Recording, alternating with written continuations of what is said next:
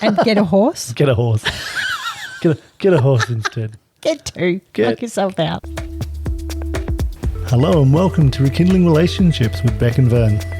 As well as podcasting, we run relationship workshops for organisations, as well as fun, creative dates to reconnect couples. We live in Bendigo with our blended family of 4 teenagers and a menagerie of animals. Welcome to our podcast designed to answer all the tricky questions to do with relationships, done in a fun, sometimes a little silly, but hopefully an informative way. Hey everyone. Welcome back to Tricky Questions. This is Tricky Questions number 7. As we like to do things by 7 because Beck's really superstitious. Not. It's nothing to do with Ben being really particular about things being in order. So I'm a little bit OCD and I want everything must be like this, and Beck's superstitious. It's so not. Time for Tricky Questions number 7. Ben has no idea what I'm going to ask him. I have no idea in general what's going on in the world. You're supposed to be the wealth of knowledge here. Oh, sorry, yes. The guru. Relationship advice. Let's not say guru, because we seem to have watched a few Netflix series which are all about these gurus who are a little bit weird, a little bit off, and a little bit sexually predatory. So maybe rather than guru, let's call me the font of all knowledge. I could be the wise one. Oh, God. Yep. Is that what you'd like to be addressed We're not as even, now? Yep, from now on. We're not going to be using Google. We're not going to Googling things. We're going to be Verning things. Just Vern it. Can we tell the kids that? Can we tell our teenagers? And they're like, oh, I don't know that. I'll just Vern it. Oh, you have them coming to you all the time asking you all sorts of shit. No, because they're actually just going to go, no, it'll end up being a story or a lecture. Either way, we'll be stuck for eternity listening to this man's waffle. Oh, so funny. All right. You ready for the first one? Yeah, I'm ready.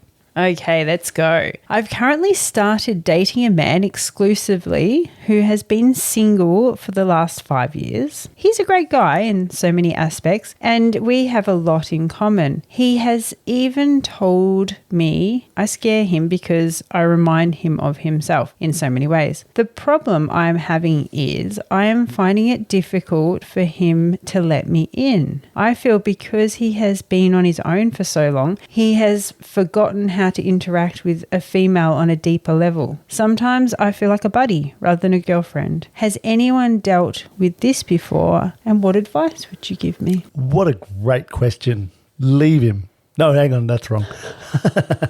We're not going to be burning any questions now. I think over the last few years with COVID, we've had less and less social interaction with each other, and people have lost that sense of being able to communicate well. When you're only communicating via Zoom and you're not really seeing people, you can lose the knack of readily communication. Maybe he's not someone who actively goes deep in a conversation anyway. What I think that she's asking is that he's not letting her in on a deeper level. They get along great and they've got lots in common and they're very similar, but I think she's feeling like they're just buddies and not going deeper. So I'm wondering whether he might be scared of letting someone in for getting hurt, or he might not be okay with being vulnerable to break down those walls a bit. If he has been single for a while and he was hurt in his last relationship, then he's probably going to struggle to actually allow her. It's going to have to be bit by bit. It might even mean that she's got to move really slowly in that space. Has she actually asked him that? Has she actually turned around to him and said, hey, I want to know you on a deeper level. I want us to connect on a deeper level. I want you to let me in. I understand that might be difficult. That might be something you haven't really done before. Like his past relationships may never have been very deep. I think through my 20s and 30s, I didn't really have deep relationships, and we talked about things. I feel like it's not so much deep conversations as she's saying maybe he's got some walls still up, vulnerability. Maybe that's what I'm gathering. Has she been vulnerable with him? I don't know. When someone's vulnerable with you, like before this podcast, you had something that came up for you and you had to be quite vulnerable and you spoke to me about it. And it's something that we've got better at doing. I've got better at holding space so that I can create like a safe container so you can express who you are without worrying. That was something you told me was quite hard for you. So you wouldn't have told me that 2 years ago. No. So maybe it's that idea of just that little by little by little. And maybe she needs to step out and go, hey, look, I want to be vulnerable with you and express something to you. In doing so, then she starts creating the opportunity for that to happen. You reckon it might open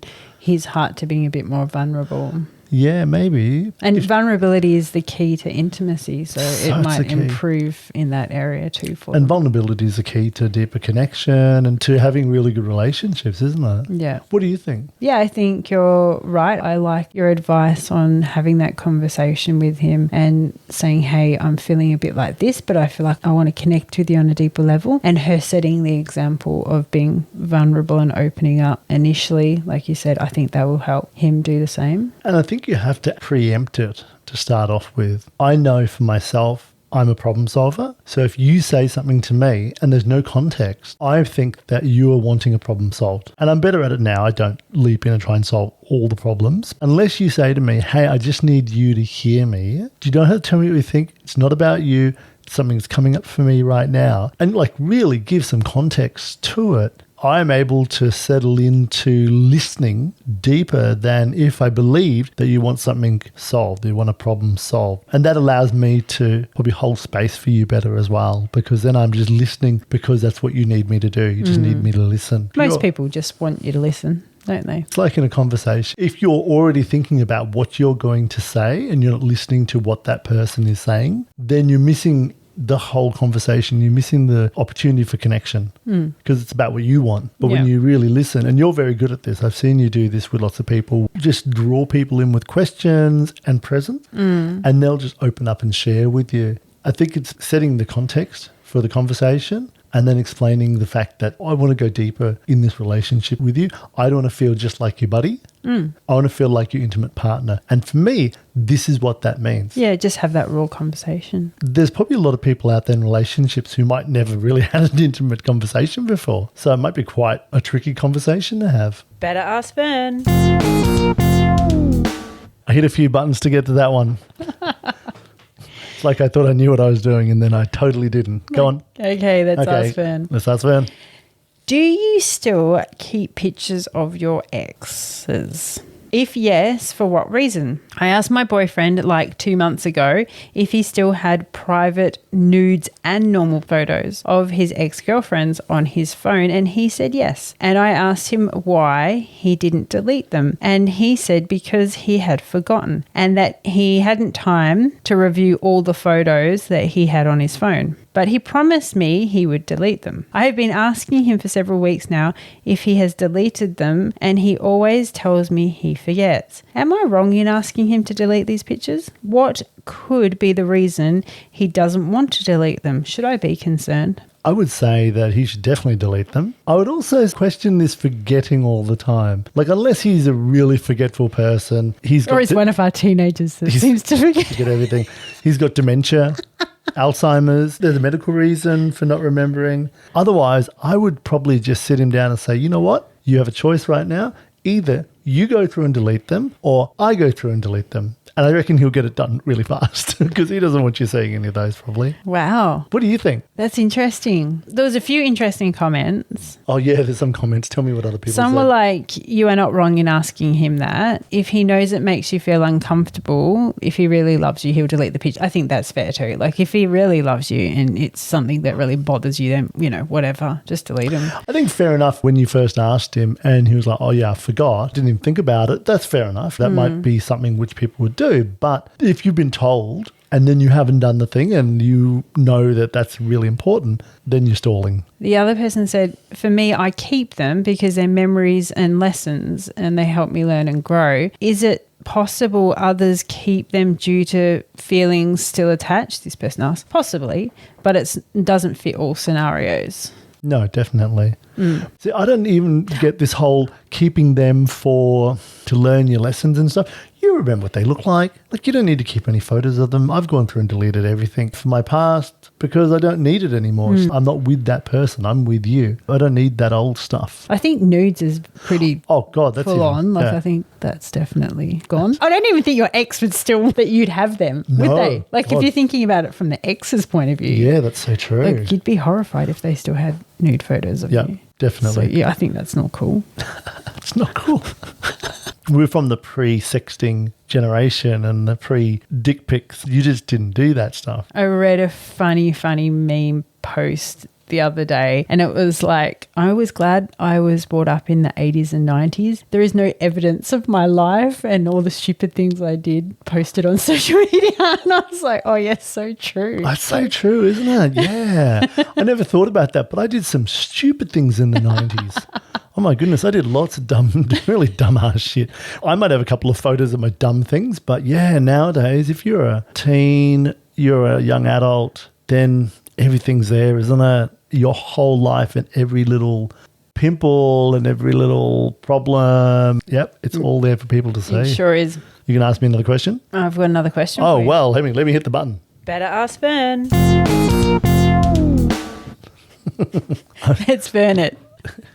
Okay, what about this one? All right. What do you do when your spouse doesn't understand your passions and interests? For example, I used to show horses. I have a huge love for animals and such, but I love working with horses. And my husband, they think that horses are a waste of money and he doesn't want to have one or have anything to do with them. He's not interested in them. I love my husband and he is a great guy, but he doesn't understand the things I love. How do I handle this? That's interesting, isn't it? We talked about this in a podcast a while back about taking an interest in each other's interests and how important that is. And Very important. Yeah, because it makes you feel more loved, doesn't it? Absolutely. And you might actually learn something. I found every time I've done that, I'm like, oh, I actually do like that. That was really interesting. Yeah. More than I thought I would. Yeah, and sometimes, our partners are there to challenge us and to help us to step out of what we think we know and first try something new. It's always fun, I think, too, because the person who's showing you the interest is quite excited about it. So it's kind of nice to share in their excitement, even if it's not your thing. Like it's like, oh, they're really excited about showing me this or telling me about this thing. Yeah, I just wonder whether it's all about money. Horses are expensive, so he's like, oh, I'm not interested in having a horse. Maybe that's part of it. Yeah, she does mention, he says they're a waste of money. Yeah, but I mean, that's funny. People have their own hobbies. He might have cars or model airplanes or do something which does cost money too. So that would be like if she turned around and said, no, you can't do the thing you love because I don't love it. What would your advice be? Leave him. And get a horse? Get a horse. Get a horse instead. Get two. Knock yourself out. Yeah. You know what? I would say Probably get cheaper. as many horses as you like and tell him, bad luck. This is how I'm a horsey person. A few cats as well. Just fill your house full of animals. If he's not interested, maybe you have to flip it. Maybe you have to look at something that he's got and be able to go, does this interest you? Do you spend money on it? How do you feel if I didn't like it? Maybe to turn that so he gets to see it from another perspective. Because it seems like he doesn't have empathy for her interests. It's interesting. I was going to suggest that they set themselves a challenge of actually taking an interest, going and doing the interest of the other person. She could start and set the example and take an interest in one of his interests. Could be fishing, could be whatever.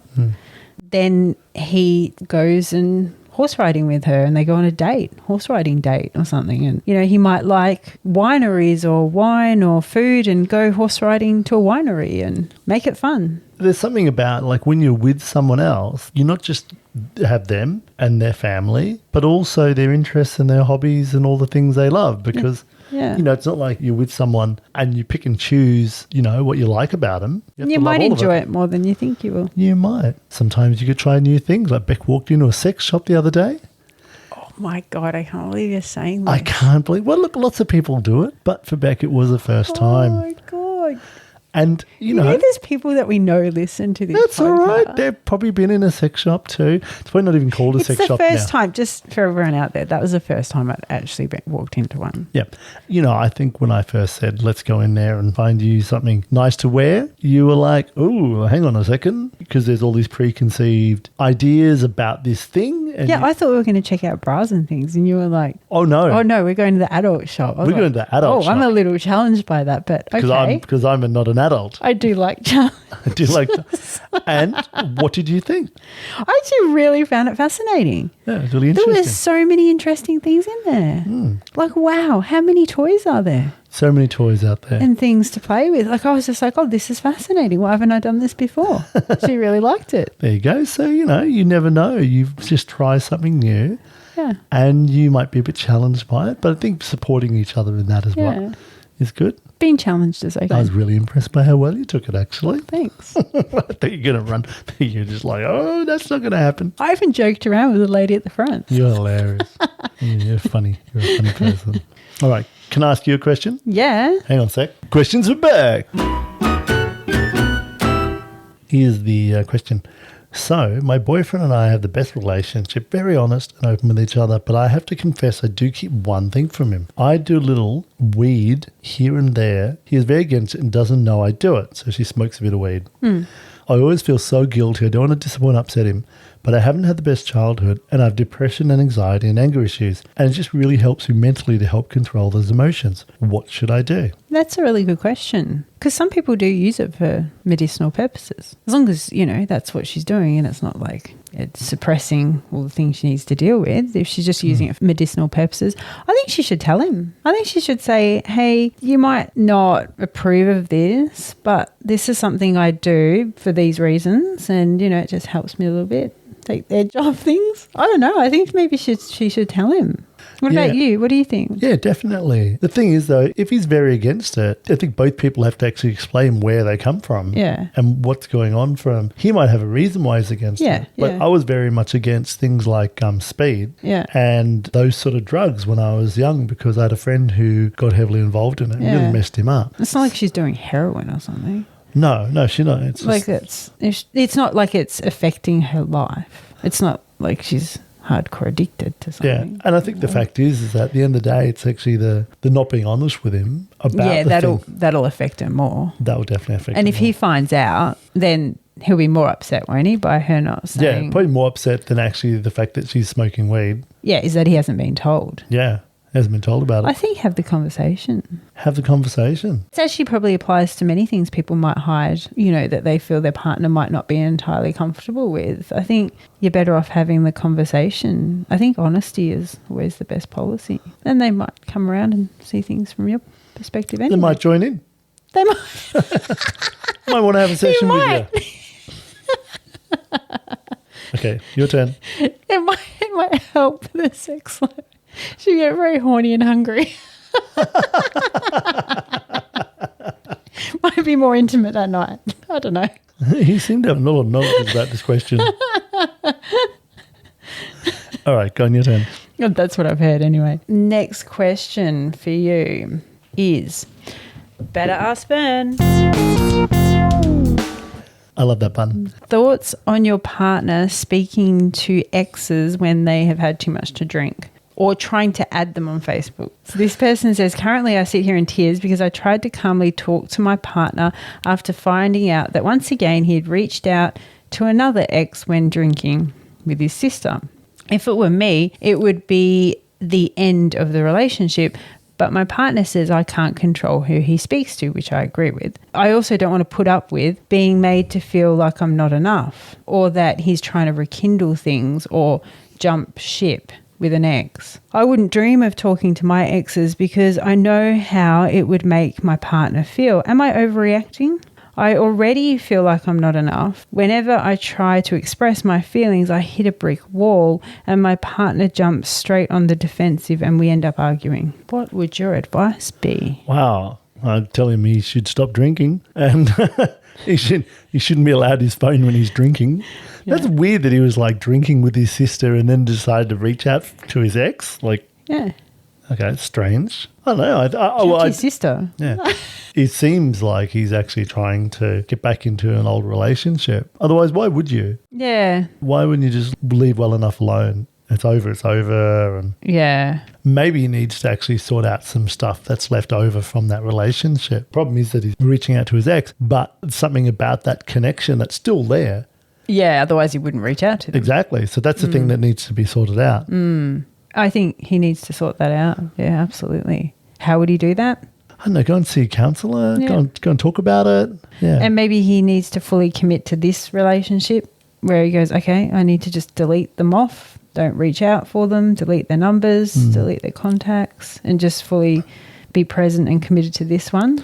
Maybe doesn't realise the full impact of what's happening, because he might And the thing is, if he's actually, every time she brings it up and he's getting all upset, there's a trigger. So there's a problem. So there's something going on there that he doesn't want to talk about. But maybe it needs to come from her explaining the fact that she actually doesn't trust him because of that. And when a man's being told, oh, I don't trust you because you're doing this thing, they can turn around and yell and rant all they like, but that's a fact. That's how that person feels. So. And she's going to put a guard up then, and that's going to block any connection, communication or intimacy. Oh, definitely. It kills intimacy. Because she doesn't trust. Worried about getting hurt. Exactly. She won't feel safe. I have a feeling that relationship won't even last long. Because if that's happening, he's not happy in the relationship, she's not feeling safe, it's not going to last long. Maybe that needs to be the ultimatum. It's like, you know what? If you want to be with them, you be with them. I need to be out of this. And that would probably be the best thing for her, is actually to walk away from that. Yeah. Because he doesn't sound like can be very trustworthy. Good advice. Okay, you ready? Mm-hmm. Alrighty. So this question, a woman reaching out, wanting to hear some opinions, especially from guys. So she had a chat with her husband. So that's why you're asking me. Questions are back. They're driving and she's asked him, can you book a doctor's appointment for me? And he says, why? And she says, I'm having a pain in my breast for weeks and need to get him checked. And he said, okay. And that's the end of conversation. And he kept silent after it until I asked him if he wanted to know or ask something. And he responded, I'm not worried, let the doctor check it. She said, are you concerned if I'm worried? Do you think you should ask if I'm okay? And he was like, oh, okay, are you worried? Guys, what would have been your response if your wife mentioned she's undergoing pain and probable cancer diagnosis? Big leap there. She says they're married for a long time, they love each other, but they usually have issues in communication and understanding each other. I'm kidding. Tell me what you think. Maybe he's a really chilled out, down to earth guy that doesn't really sweat stuff unless he really, really needs to. So maybe he's not going to worry about it unless he needs to worry about it. So he's waiting for the doctor to check. If something is bad, then he's going to get concerned. Maybe that's his personality. You can see it from her point of view though. We're like, are you not going to be a little bit worried or interested in this? Like, I can see it from both flips of the coin, and she might be more of the worrier in the relationship. One of the comments was, I think this is all males. There's sometimes that you're like, oh, is everything okay? What's going on? You look at me like I'm concerned. Yeah. And I'm thinking about something ridiculously banal. And I'm like, I wonder if I can build that thing over there. Or I'm just like in my own headspace thinking about the things I need to do for work. Or, I'm not really going in too deep. That's what the boys are like. Our boys are like. Our teenage boys. No, they're not having deep conversations about, so they just want to talk gaming with us and about the movie. I don't think a lot of the time they'll worry unless they need to worry about it. I would say that it's really normal. I think there's an expectation here, which is you should be worried for me because I'm worried. Yep, she wants him to be worried about it too. Maybe she thinks he's not caring by not worrying, but it's not the way he's wired. Maybe he's just like, I don't worry about it unless I need to. Why, let the doctor check it first and then I'll worry about it if it's something bad. And I actually think it's actually not healthy to worry about things unless you need to worry about things. I know that my male friends are just like, whatever, doctors, they're not too fussed about things. And they're pretty laid back. I think if she turned around and said to him, hey, I'm a little bit worried about this, feeling a little bit anxious about it. I just want to tell you because I want you to know I might need your support. Then you're actually being really clear about why you're telling the thing. And that's maybe what he needs though. Maybe he needs her to be really clear. More direction. Yeah. Because I don't think it's like any ill intent or neglectfulness on his part. I think maybe he's just not wired that way to worry unless he needs to. Yeah. Or even ask questions. It's like, I don't know how to deal with that. That's not my business. That's the the doctor knows that job. Probably one of those things that come up all the time for them as well. And there's that great meme where it's got this woman sitting there going over, he's been really quiet for a while and I'm really worried. Maybe he's had enough of me. Maybe he's bored with me. Maybe he doesn't think this is going to work, or maybe he doesn't love me anymore. Maybe we need to go and talk to someone. Maybe we're going to talk to a couples counsellor, or maybe this is the end of it. And then cuts to him and he's like, I don't know how to fix that bike. That motorbike's missing it's missing that thing. And what do I do about that? That's so typical. Oh, they're hungry. What should I eat? Oh yeah, I did that. I'll do that. I'll be off in my. That's actually you as well. I'm a little bit like You're a that. bit like that, a little bit like, oh, food.